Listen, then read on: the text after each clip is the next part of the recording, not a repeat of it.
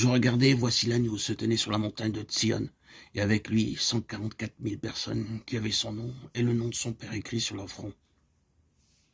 J'entendis du ciel une voix comme un bruit de grosse eau, comme le bruit d'un grand tonnerre. Et la voix que j'entendis était comme celle de joueurs de harpe, jouant de leur harpe. Ils chantaient un cantique nouveau devant le trône et devant les 4 êtres vivants et les vieillards. Et personne ne pouvait apprendre de cantique, si ce n'est les 144 000 qui avaient été rachetés de la terre. Ce sont ceux qui ne se sont pas souillés avec des femmes, car ils sont vierges. Ils suivent l'agneau partout où il va. Ils ont été rachetés d'entre les hommes comme des prémices pour Dieu et pour l'agneau. Et dans leur bouche, il ne s'est point trouvé de mensonge, car ils sont irréprochables. Apocalypse 14, 1, 5. Ce passage se situe au cœur même de tout le dessein de Dieu. Dans un sens, il est la clé pour accéder à toute l'histoire des pensées et des voies de Dieu envers l'homme. Bien comprendre ce texte serait la solution de beaucoup de nos problèmes, ainsi que la réponse à nos interrogations les plus profondes. Le sujet traité ici est si vital qu'il a soulevé un conflit extraordinaire. Je ne parle pas seulement d'un conflit spirituel, mais aussi de controverses qui, elles, n'ont rien de spirituel. Nous n'arrivons pas à grand-chose avant d'avoir balayé le terrain, ce qui demande une bonne dose d'honnêteté, de fidélité, de courage. Il y a là une expression très révélatrice dans ce domaine où règne le conflit et la controverse. Elle génère grandement la suspicion, même parmi les chrétiens évangéliques. Et si elle ne se trouvait pas dans la parole de Dieu, je serais le premier à l'éviter, pour les raisons que je viens d'évoquer. Mais nous ne pouvons pas faire peser sur l'apôtre Jean les suspicions engendrées par une expression qu'il a lui-même utilisée. Il nous faut chercher honnêtement à comprendre ce qu'il voulait dire en employant ces expressions. Je fais allusion au terme prémisse, premier fruit. Ceux-ci ont été rachetés comme des prémices pour l'agneau. Peut-être que la manière la plus utile et la plus profitable d'arriver à une compréhension exacte de ce terme serait de chercher à identifier les 144 000 dont il est question ici.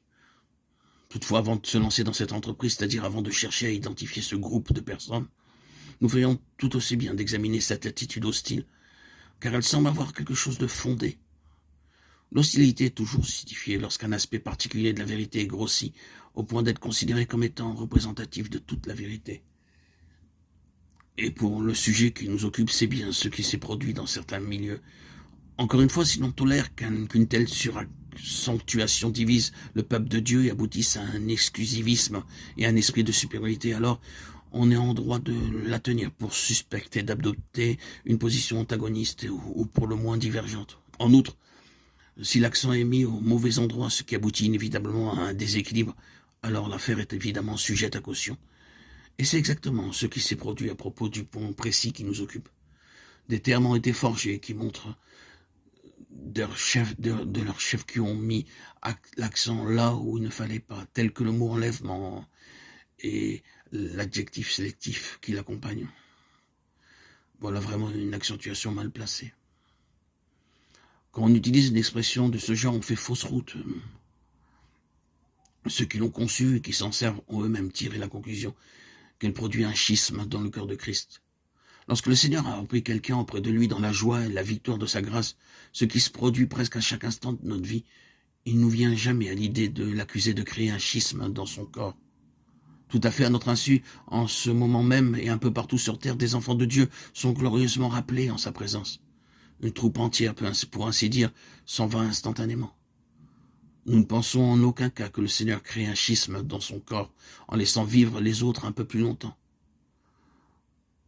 L'accent a été mis au mauvais endroit. Remettons les pendules à l'heure, car ce raisonnement est complètement fallacieux.